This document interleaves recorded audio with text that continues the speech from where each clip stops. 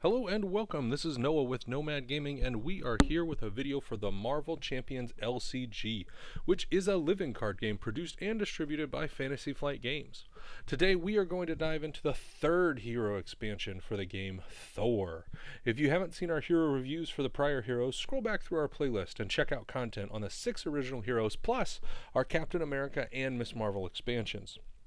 When you're done with that, come on back over and let's jump into our next hero card. In the Marvel Champions, each player chooses a two-sided identity card which starts in alter ego mode face up. Our third hero expansion brings the God of Thunder himself, Thor, to the game. Let's take a look into the statistics to see what we're going to be working with here. The Son of Odin is tough to kill, and he's going to bring us a huge 14 HP to the table.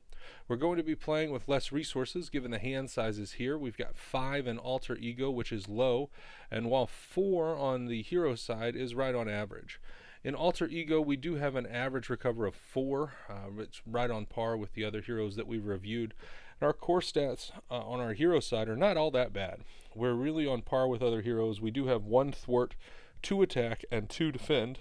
And if we jump in closer, we can take a look at the abilities that each one of our identities is going to bring us. Odinson has the Worthy action, which is going to allow us to search our deck and discard pile for Mjolnir and put it into our hand once each round. This is one of the most useful abilities in the game and definitely makes things work well for our chosen character.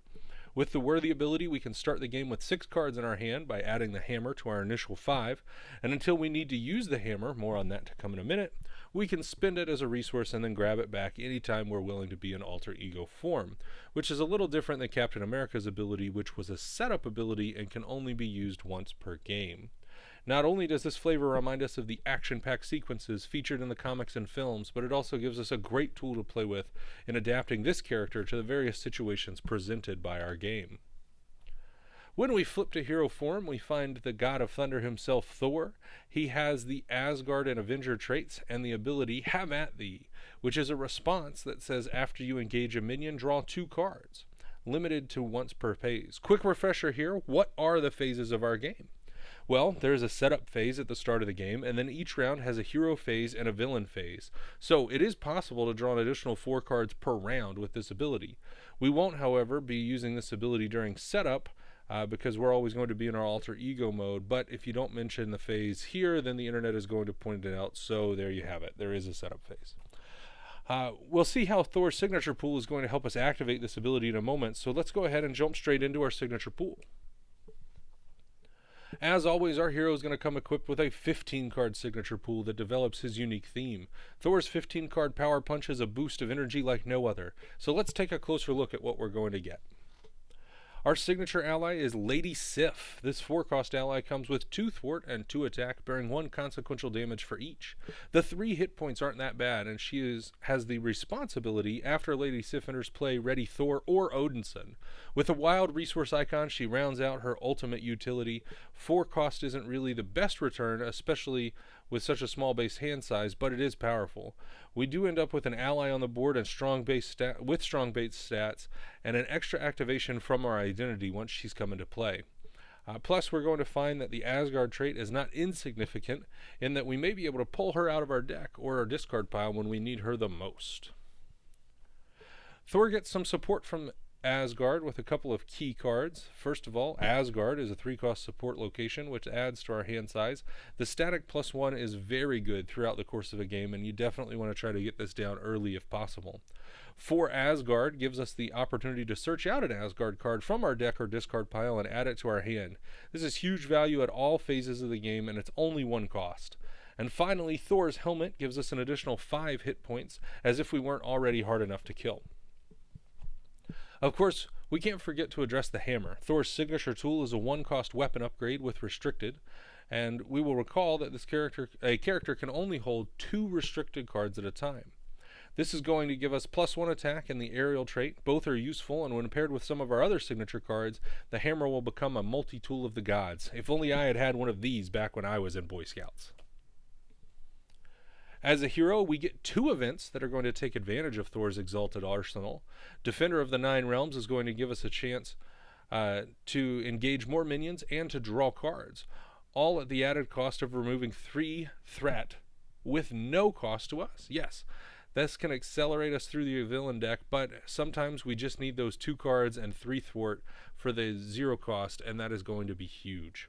We can also perform the classic hammer throw as a 3-cost event, which requires us to exhaust Mjolnir and ultimately return it to our hand for 8 damage with overkill. Boom, baby! That is what we call power. Most allies are going to die for less than 8 damage. Dropping 2 to 6 bonus damage to the villain is often big-time progress. It's hard to find a situation where this is going to be a disappointment. Of course, Thor can't be the god of thunder without, well, thunderbolts and lightning. And boy, do they pack a punch. His signature title, God of Thunder, has a hero resource action that generates energy resources.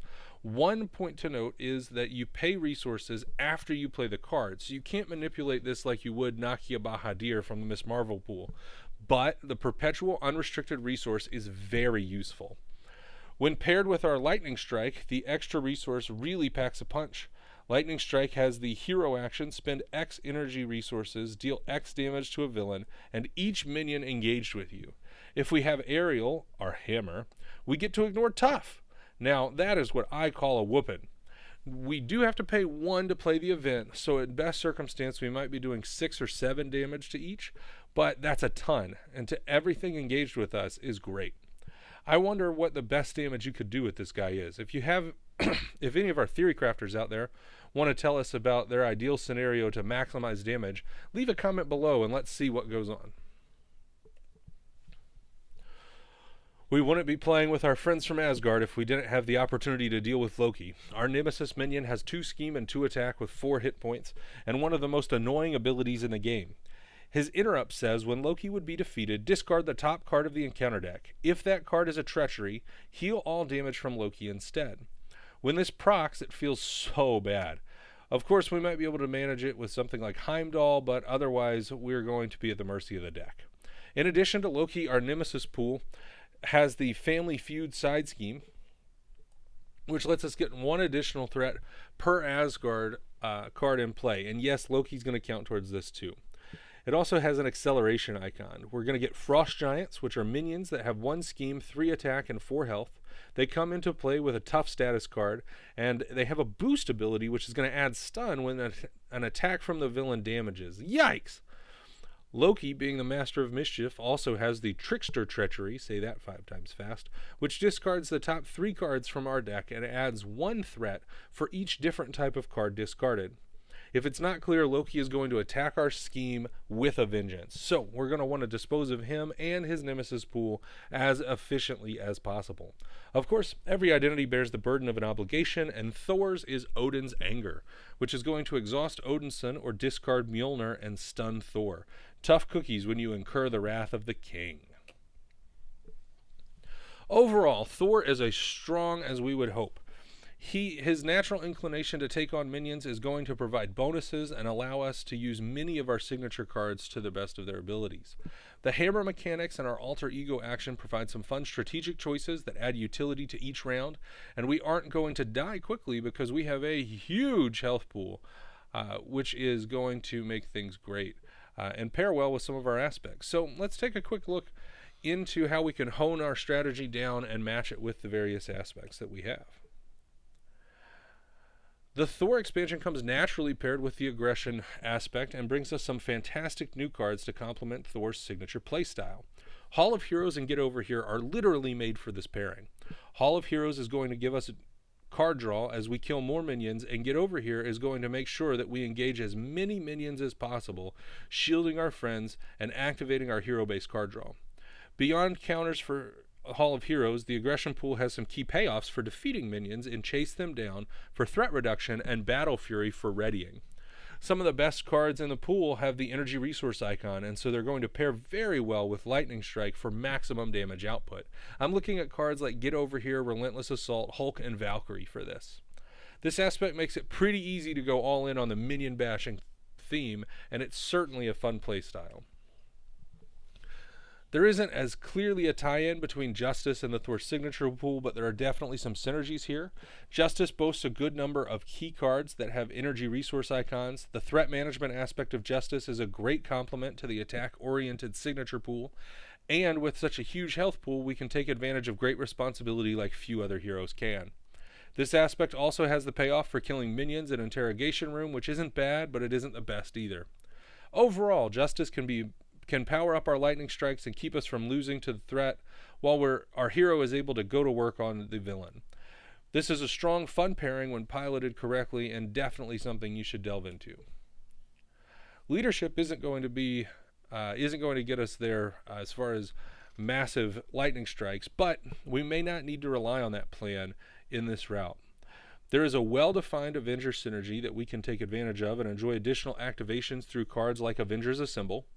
Hawkeye is going to add damage when we use Defender of Nine Realms to pop out extra minions, and it can make it really easy for us to clean things up each round.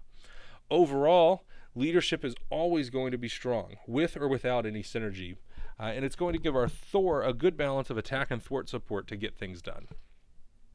Of course, the protection aspect is the natural support for our enormous health pool. With an abundance of healing, we can really take a beating and heal up easily. The aspect has energy icons in all of the key cards, and allies like Luke Cage and Nova want to be played when we have minions engaged with us, so a key element of Thor's signature strategy. I really enjoy the protection pool, how it powers up our lightning strikes and adds the complement of healing. It gives us some management for our threat, and it's a lot of fun to play with. At this point, we normally would share a sample deck for you to consider, copy, or even ignore, but not this week.